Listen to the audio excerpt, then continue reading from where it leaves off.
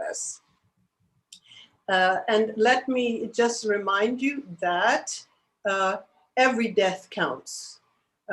So it's not, giving these comparisons is not meant to diminish the importance of individual deaths or the trauma that it causes to families, especially, as you know, because of the high rate of infection. We are now denied the opportunity to participate in our funerary arrangements, our last rites, janazah and the like, because of the risk of the infection just in being in the company of other people. And yet, we experience grief in a way that is more comforting when we experience in the company of others who also might be grieving for the loss of a particular person. But then think about that person.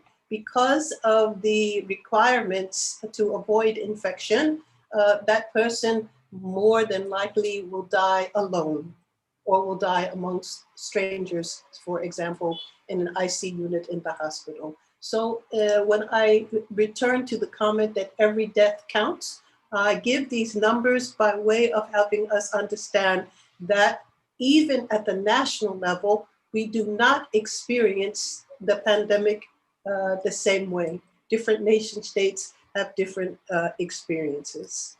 So my question then is, how do we maintain our humanity when so much of our basic humanity is taken away from us in order to protect and preserve humanity?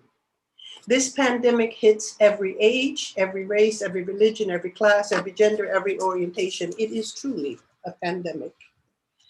While it is universal, we must reflect on our own particulars.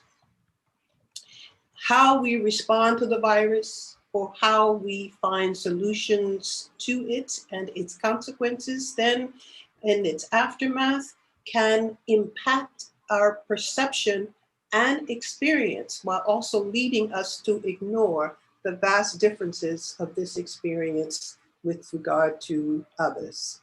And that is where I will center the rest of my comments. In giving a deep thought about the, sort of the bioethics, I think we reflect on our religion and majority locations of being Muslim, for example, we hope that we can be a part of the solution. And in fact, we hope that we can draw from our Islam as a way to help to create a solution. And again, we will need solutions at many levels. There will be economic ones, there will be educational ones. The whole idea of learning virtually has increased over this past year, and we see some of the strengths and shortcomings of our teaching pedagogies and methodologies.